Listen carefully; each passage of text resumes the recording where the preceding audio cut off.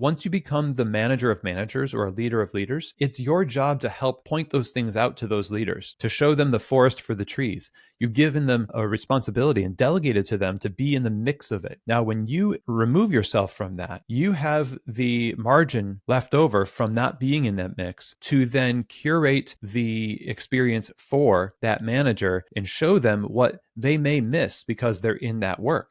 We always talk about how I want to work on the business, not in the business. Well, the business is your people. Part of working on your business is using that perspective that you've gained through delegation to help other people gain a knowledge of the success of their work through pointing it out, through clear definitions, job descriptions, schedules, where they're doing great work, how to notice that great work more readily. And on top of that, coaching them, of course, on things that may still need to have more skill, and they might need more skill in scheduling or inventory or in interpersonal communication and that kind of stuff. But there has to be a what does good look like definition for them to see that they've actually accomplished the goal of their work.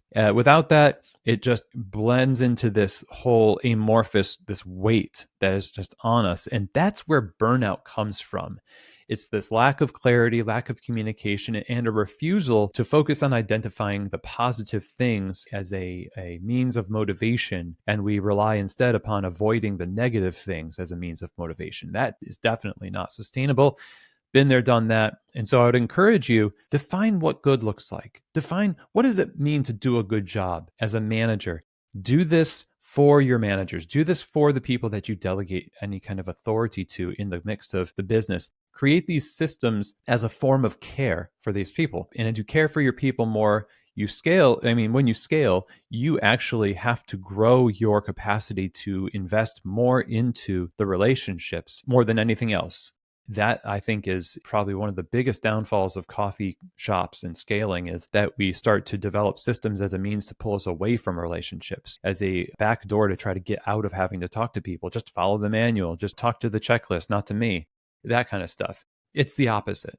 And we wonder why our experiences feel so hollow. It's because the people that are running these things are not being filled.